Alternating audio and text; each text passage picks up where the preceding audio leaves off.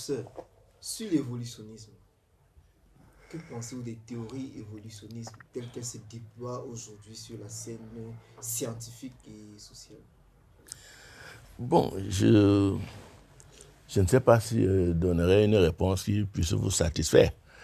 Je dois dire déjà que nous étions dans les années 68-70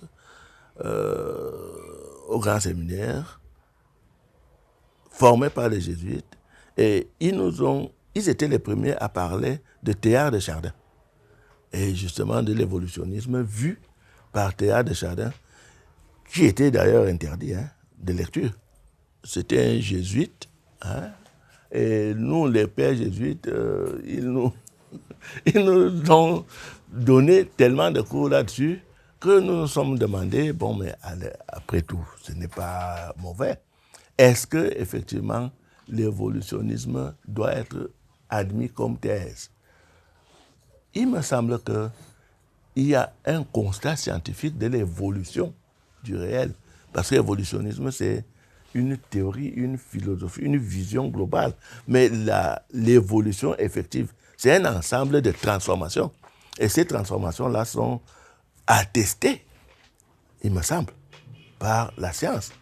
Et d'ailleurs, il n'y a pas encore de fin de l'évolution de ce point de vue-là. Parce qu'on ne sait pas exactement, n'est-ce pas, qu'est-ce qui peut arriver après? Combien de milliers d'années, de millions d'années, on ne sait pas. Mais il y a une évolution sous-jacente à l'ensemble du réel. Donc, évolutionnisme en tant que prise de conscience que le réel évolue, il n'y a pas de problème pour moi. Même si, justement, le problème peut-être pour l'Église, c'est de conjoindre la réalité des évolutions avec l'idée d'une création instantanée. À un moment donné, Dieu a créé. Encore que même, de ce point de vue-là, l'Esprit de Dieu, lit-on dans la Bible, n'est-ce pas, surplomber les eaux. Mais alors, donc, il y avait déjà quelque chose. Il y a un problème. Mais bref, il y a une évolution du réel. Il y a une transformation du réel. Maintenant, il n'y a plus seulement cette évolution, cette transformation. Il y a une coévolution, c'est-à-dire que l'homme lui-même est déjà, n'est-ce pas, impliqué dans cette évolution. Et le problème, c'est de savoir vers où et jusqu'où irons-nous. Est-ce que nous devons continuer à accepter seulement la vision d'une évolution qui arrive à son terme avec ce qu'on a appelé la fin du monde? Bon, est-ce que ce monde-là peut avoir une fin? Peut-on penser à une fin, un achèvement de la dynamique évolutive? Le problème reste ouvert. Mais plutôt que de parler de fin au niveau d'achèvement, mieux vaut parler de finalité.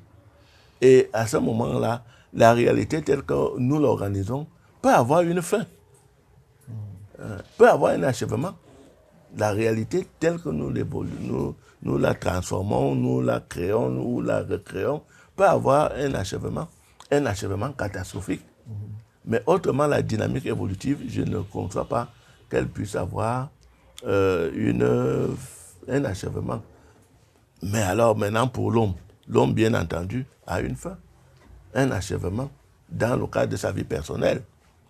Et bien entendu, cette angoisse de la fin, de l'achèvement, l'amène donc peut-être, comme pourrait le dire Nietzsche ou bien Meslier ou Sartre, à fantasmer sur la possibilité de perdurer dans un monde ou dans une réalité qui serait autre. Même le chrétien peut donc être amené à dire, bon, ok, la vie là, bon, il y a une qui est meilleure et que j'attends. Personnellement, je me dis, aucune des deux réponses ne me paraît satisfaisante en soi. Ce qui me permet de dire, ok, je peux très bien, comme postulat herméneutique, accepter la création par Dieu, accepter qu'il y a peut-être, après ce monde, l'autre l'au-delà, maîtrisé par Dieu, géré par Dieu, auprès de lui, dans la proximité avec lui.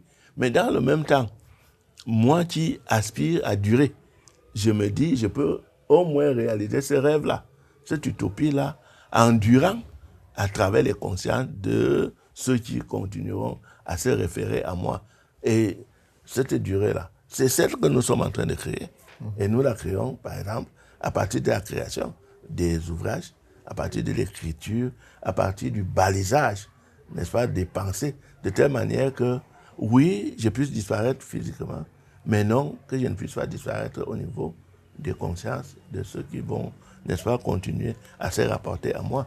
Et je suis maintenant le petit frère, le cousin de Platon. Pourquoi?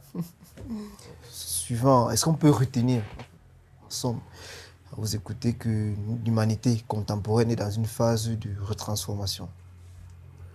Non, elle est dans une phase, n'est-ce pas, je dirais, de parturition. Elle émerge, elle se réalise. Est-ce la dernière humanité possible? La question se pose. Est-ce qu'il y aura une transformation telle qu'il y ait à nouveau une humanité autre? Est-ce que ce sera une humanité telle que celle à laquelle nous sommes amenés à adhérer, dans laquelle nous vivons en ce moment-ci? Est-ce qu'il y en aura une autre? Sous quelle forme?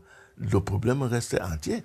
Et je ne vois pas très bien que je puisse donner une réponse à défaut d'être prophète, dans la mesure où, de ce point de vue, nous ne savons même pas déjà si cette humanité va finir.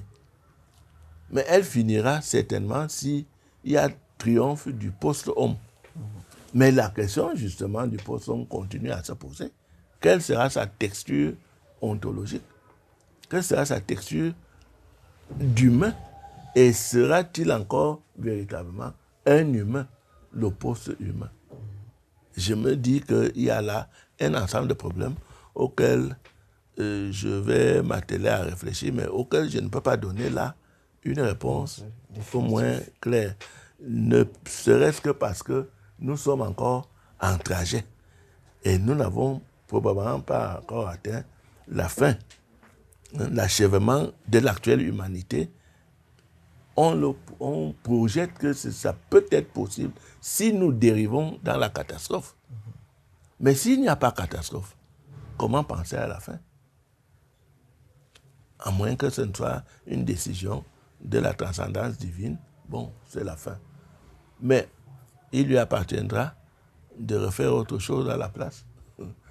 Ça, ce n'est pas à moi à lui indiquer ce qu'elle pourra faire. Hein, cette transcendance divine, je ne peux pas me permettre cela, c'est trop gros. Ok.